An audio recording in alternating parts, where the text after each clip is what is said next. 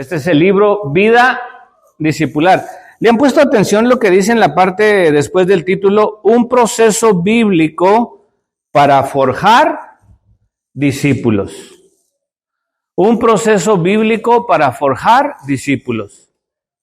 Entonces, ¿cuál es la idea detrás de las lecciones, hermanos? ¿Convertirnos en qué? Hemos dicho más que discípulos. ¿Alguien? Verdaderamente sus discípulos. Y yo creo que hay una diferencia entre el uno y la otra, pero ese es el tema, en convertirnos en verdaderamente sus discípulos. Estamos estudiando, hermanos, los que estaban aquí en la clase anterior, página 102, en el camino de Romanos. Estamos hablando, dice, 8 pasajes del libro de Romanos que explican claramente el mensaje de salvación. Ya tocamos algunos de estos puntos la clase anterior, pero voy a estar repitiendo hasta que sea necesario. ¿Cuáles son las 6 disciplinas de la cruz del discípulo, hermanos? Muy bien. Número 1, dedicarle tiempo ¿a quién? Al maestro. ¿A cuál maestro? Al Rey de Reyes, Señor de Señores, Jesús, nuestro Señor y Salvador. Número 2, vivir en la palabra. Estamos poniendo por obra, ¿qué? Pues lo que estoy aprendiendo de aquí, lo que está leyendo, lo que dice la bendita palabra. 3, orar con fe. ¿Estamos orando, hermanos? Cuando dice la Biblia, especialmente cuando vemos que los días son malos. Y luego la Biblia nos dice cuánto tiempo y cuándo debemos de orar. ¿Orar? Sin cesar. ¿Qué es sin cesar? Sin parar. En todo tiempo, en todo lugar, en toda hora, en todo estado de ánimo. Amén. Número 4, tener comunión con los creyentes. ¿Cuáles? Pues voltea a su alrededor. ¿De perdido se sabe los nombres, hermano? Los nombres de las hermanas y hermanos. Bendigo a los que están aquí en esta mañana, las familias, las damas, caballeros, niños, jóvenes, matrimonios, ancianos, etcétera, etcétera, etcétera. Este es el pueblo de Dios, hermanos. 5, testificar al mundo. Amén. Y número 6, ministrar a otros. Esas son las 6 disciplinas que estamos aprendiendo a través de este libro. Muy bien, vamos a entrar entonces de lleno. Y había una especie de tarea en la página 103. No sé cuántos tienen el libro, pero yo sé que se ordenaron libros suficientes para todos. En Romanos 1:16, porque no me avergüenzo del evangelio, porque es poder. Poder de Dios. Del camino de Romanos, de los 8, el primero es, el evangelio es poder que nos da seguridad. Romanos 2:4, su benignidad te guía al arrepentimiento. El amor de Dios produce ¿qué? Un cambio. Ese es el arrepentimiento. Arrepentirse quiere decir cambiar. Amén.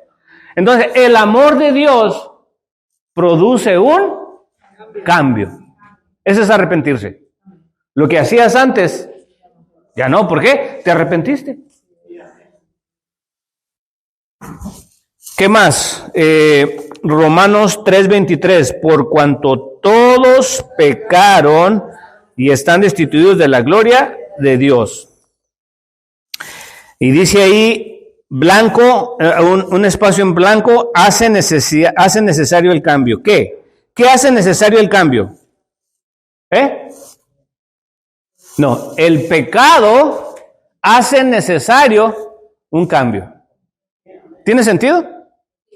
Si la gente está en pecado, ¿qué necesita? Un cambio. ¿Y qué es el cambio? Arrepentirse. ¿Se veía cómo la Escritura misma nos alumbra el camino, hermanos? Y nos enseña el porqué de las cosas. Nosotros no estamos aquí simplemente porque estamos aquí. Es porque creímos en el evangelio, en el mensaje de la cruz, nos arrepentimos del camino en el que íbamos y ahora produjo un cambio en nosotros. Por eso estamos aquí. Amén. Entonces, les leía Romanos 3:23, Romanos 5:8. Mas Dios muestra su amor para con nosotros, en que siendo aún pecadores, Cristo murió por nosotros. Página 104, dele la vuelta. Fíjese lo que dice el párrafo de ahí arriba, más o menos a la mitad. El amor de Dios por usted no se basa en la ignorancia o la falta de conciencia del pecado. Su amor tampoco se basa en la tolerancia al pecado. Aún conociendo el pecado que está en usted, Dios eligió amarlo, aunque eso le costara la muerte de su hijo en favor suyo. Para hacer lo que era necesario para superar el problema con el pecado, Dios mostró cuán profundo y verdadero es su amor por usted. ¿Cuándo nos amó Dios, hermanos? ¿Cuando estábamos bien o cuando estábamos mal? Pues en todo tiempo. Dios nos ama cuando estábamos mal y cuando estábamos más mal todavía. Iba a decir bien, pero como decía el pastor, están bien, pero bien mal. Pero fíjense, ¿cuándo nos amó Dios? ¿Era que Dios estaba tolerando el pecado? No, porque Jesús murió, entonces ese amor fue tan grande que ahora no ve el pecado de nosotros, sino que ve el sacrificio de su Hijo. Amén. Ahí vamos al otro.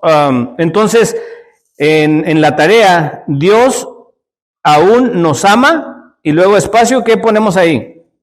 Perdón, Dios aún, y luego el espacio es, nos ama. Los que hicieron la tarea, ¿sí la hicieron? No, otros 100 años vamos a tener que estar dando clases porque... Romanos 6:23, porque la paga del pecado es muerte, mas la dádiva de Dios es vida eterna en Cristo Jesús, Señor nuestro. Dice, el pecado solo lleva a la muerte, pero Dios nos ofrece vida. El pecado lleva a la muerte, pero Dios nos ofrece vida. Ahora, si la gente no acepta a Jesús, entonces, ¿qué es lo único que les queda? La muerte. ¿Y quién escoge? Cada quien. Amén, hermanos. Fíjese, le estoy dando a ustedes herramientas para que puedan presentar el evangelio a otros. Porque la paga del pecado es muerte. Mas la dádiva de Dios, vida eterna, ¿en quién? Ok. Entonces, ya dejamos en claro por cuanto todos pecaron. Entonces, todo el mundo peca y el pecado trae muerte. Una persona que no se arrepienta y que no acepte a Jesús, lo único que le queda es la muerte. Y no estamos hablando solamente de la muerte física, porque sabemos que todos vamos a morir. Está escrito que todos nacemos, morimos una vez y de ahí el juicio. No, todos posiblemente, digo posiblemente, porque si Cristo viene, algunos no vamos a ver la muerte, vamos a ser arrebatados. Pero si Cristo no viene, todos estamos destinados a morir. De la muerte de la que realmente nos debe de preocupar es la muerte eterna. De pasando al cielo, porque muchas religiones, sectas, culturas, tienen una creencia de que cuando te mueres ya se acabó todo. Y es una mentira. Porque en realidad la muerte es apenas el principio de lo que está por venir. Entonces, el pecado produce muerte. Mas la dádiva de Dios es, ¿qué dijimos? Amén. ¿Por qué es tan difícil creer esto, hermanos? No es difícil, hermano. Pues vea cómo está la iglesia y cómo está el mundo, ¿cómo no está? O sea, para usted no es difícil. No es difícil, si nomás te entregas a Él. Casi. ¿Dónde están entonces? A ver, llévenme la iglesia.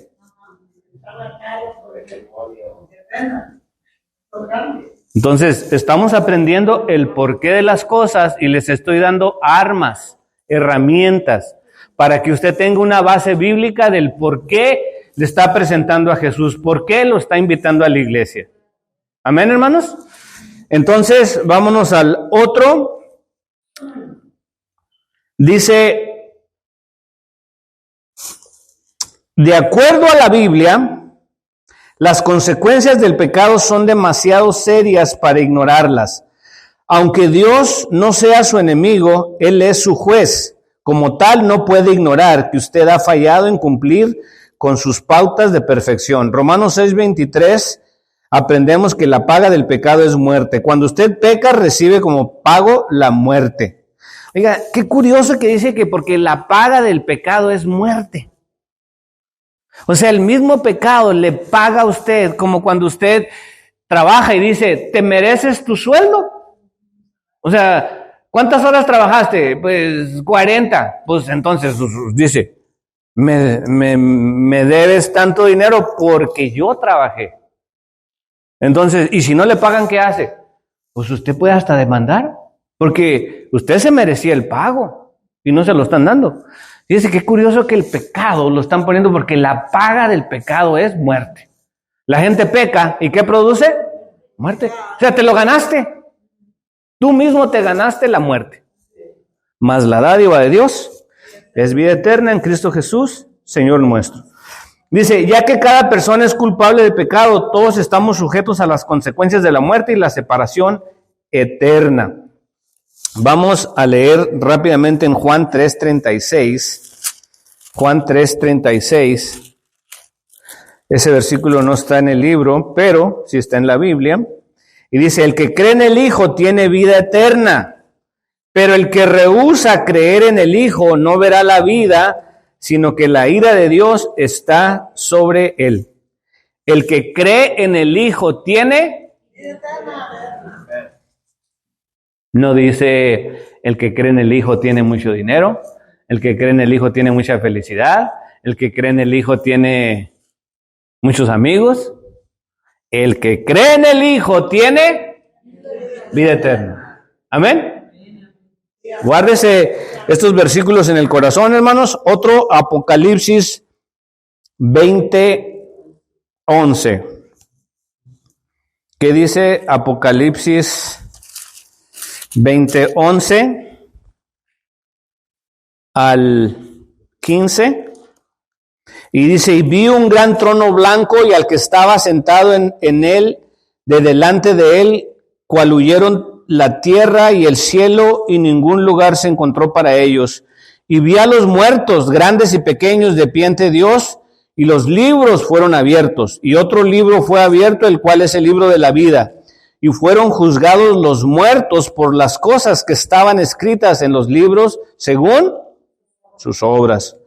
Y el mar entregó los muertos que había en él, y la muerte y el Hades entregaron los muertos que había en ellos, y fueron juzgados cada uno según sus obras. Y la muerte y el Hades fueron lanzados al lago de fuego. Esta es la muerte segunda. Y el que no se halló inscrito en el libro de la vida fue lanzado al lago de fuego. Qué importante que nuestro nombre esté escrito ¿en el libro de qué, hermanos? De la vida. Yo no sé, a lo mejor todos ya conocían estos versículos, pero estamos dando un repaso para que usted sepa en dónde está parado. ¿Por qué cree en Jesús? ¿Por qué es tan importante para mí que mi nombre esté escrito en el libro de la vida? Porque ahí está la vida eterna, hermano. Se van a abrir los libros. Y si tu nombre no está en la lista, amén. Es que importante. Si, por ejemplo, si tú eres ciudadano de Estados Unidos o residente y tienes papeles, pues puedes ir a tramitar una visa para cruzar la frontera. Pero sin papeles llegas a la frontera con el... Y luego tu nombre lo van a buscar en el registro de todos Estados Unidos. No, oiga, pues no aparece, usted no. No, es que yo soy ciudadano. Sí, pero usted dice, pero aquí no tengo récord. Para atrás. El aeropuerto. ¿No traes un pasaporte? ¿Te puedes subir? Lo dudo. Al menos no en el de aquí.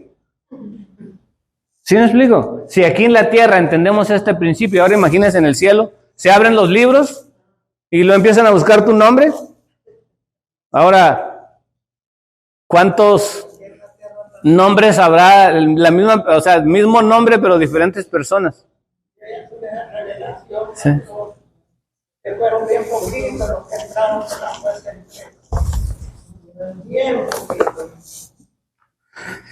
Bien, continuamos entonces. Dice, el regalo de Dios es la vida eterna. Existe una alternativa por medio de las obras. Usted está condenado a muerte. Pero la dádiva de Dios es vida eterna en Cristo Jesús, Señor nuestro. Romanos 6:23. Jesús murió en la cruz en su lugar. Véase Primera de Pedro 3:18. Busquen Primera de Pedro 3:18.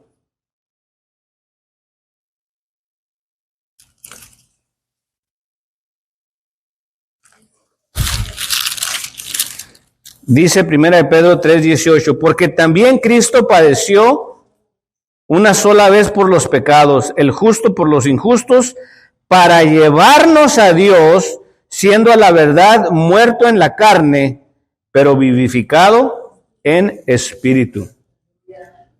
Solamente hay una manera de entrar al cielo y solamente hay una manera de que nuestro nombre esté escrito en el libro de la vida. El martes pasado estuve en un funeral y me tocó llevar el mensaje a los que estaban ahí escuchando. Y el señor que falleció, pues no había sido cristiano toda su vida. Es más, la hija me decía que había estado metido en esa cuestión de las cartas, donde leen el tarot y las cartas y sabrá Dios cuántas cosas más. Y luego tenía una hija que, pues la religión tradicional venía y le traía imágenes y esto y lo otro, y luego venía otra y el Señor recibía todo. Pero finalmente alguien le habló de arrepentirse y me invitaron a mí un día, llegamos el hermano Antonio, un servidor, mi esposa, estuve platicando con el Señor y le expliqué versículo por versículo y dijo, yo creo, me quiero arrepentir. Hicimos la oración de fe, se arrepintió, hermanos, el Señor estaba enfermo de cáncer y eventualmente murió. Entonces me toca dar el servicio fúnebre y yo les decía, conforme a lo que dice la palabra del Señor, este hombre que yace aquí está garantizado, conforme dice la Biblia, que va a entrar al cielo. Porque puso su confianza en Jesús. Porque su nombre se escribió en el libro de la vida. Fíjense la importancia de las decisiones, hermano. No es en vano servir al Señor. En veces nos esforzamos tanto por las cosas de la vida, por hacer cosas en este mundo, pero nos olvidamos de la vida eterna. Qué ironía, ¿no? De que aquí son ¿cuántos años viven las personas? Y allá es la eternidad. Y ponemos más atención en lo pasajero que en lo eterno.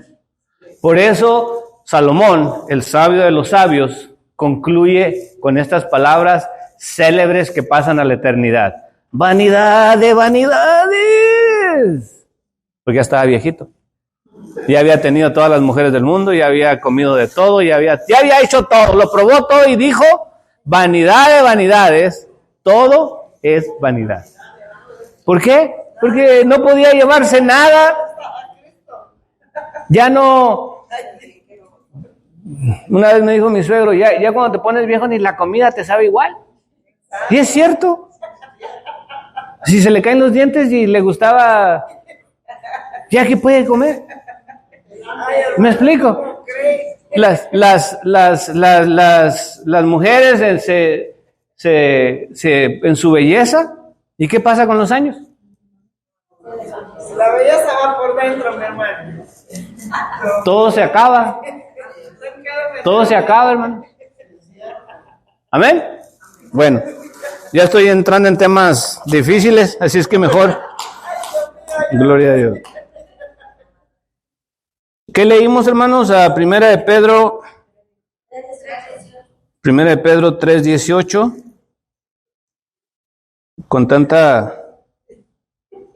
Ahora dice, Él cargó las culpas de su pecado para que su muerte aplacara el juicio de Dios contra ese pecado. Véase Corintios 5, Segunda de Corintios 5:21. Segunda de Corintios 5:21, y dice la bendita palabra del Señor, dice, al que no conoció pecado, por nosotros lo hizo pecado, para que nosotros fuésemos hechos justicia de Dios en él. Dice, todos estos versículos en realidad lo que están trayendo es la necesidad de que Jesús viniera a morir por nosotros, y que nosotros ahora ponemos nuestra confianza en Jesús. Esto no es un mito, esto no es un invento de una religión más en el mundo, sino que es un hecho real, de que Jesús murió, Jesús resucitó, y que conforme a las Escrituras era la única manera de salvarnos a nosotros, los pecadores. Y ahora nosotros, una vez que depositamos esa confianza en Jesús, pues así como Jesús resucitó, nosotros también vamos a ser resucitados. Porque somos herederos y coherederos con Cristo Jesús, Señor nuestro. Dice, su pecado es juzgado en la muerte de Jesús en la cruz, como nuestro sustituto. Por sus obras usted solo puede ganar la muerte, pero por la gracia de Dios puede recibir la vida eterna. Dios ofrece vida eterna y el perdón de sus pecados por medio de Jesucristo como su regalo. Romanos 10:9. Que si confesares con tu boca que Jesús es el Señor y creyeres en tu corazón que Dios le levantó de los muertos, serás salvo. Vámonos por parte, que si confesares. Lo primero que tenemos que hacer o que una persona tiene que hacer para ser salva es, ¿qué es confesar? Hablarlo, decirlo. Ya muchas veces he tocado este tema, pero ¿por qué lo tienen que...? Dice, no, es que yo lo creo aquí dentro de mí. Es necesario hablarlo, porque como fuimos hechos a imagen y semejanza de Dios, nosotros tenemos poder cuando hablamos. Sí, curiosamente, en un juicio aquí en la tierra, tú vas y luego el juez te juramenta. O sea, no, tú no puedes... El juez le dice... ¿Usted promete decir la verdad? No. Levante la mano y diga, sí, prometo, sí, lo juro. Yo no sé, yo nunca estaba en esas cosas, pero no, ojalá que nunca esté. Pero tienes que hablar con tu boca, declarar con tu boca. Oiga, los que se casan, acepta. Tienes que decir verdad. A esta mujer por esposa, en la muerte, en la enfermedad, en la salud, en riqueza, en pobreza. Y a los dos le preguntan, ¿y qué tiene que decir? ¿Así es como contestan? Sí, acepto. Una vez estaba en una boda, hace muchos años, y no tenían micrófono, y luego estaban al aire libre, estaba haciendo mucho aire. Entonces cuando el pastor estaba dando estas palabras, y contestaban, y luego la gente, los que estábamos invitados, gritaban, no se oye, o sea, no escuchábamos cuando decía, porque le preguntaban, entonces nomás veíamos que movía los lados, entonces ya alguien le presta el micrófono y dice, sí, acepto, pero tenía que, sí hermana, rapidito porque nomás tengo 20 minutos de clase. En el hospital general oremos mudos, y le hacía, y cuando terminamos de orar, dijo, ¡qué bien me siento! ¡Aleluya! Llegaron los doctores y ya nosotros nos fuimos con ellos. Wow.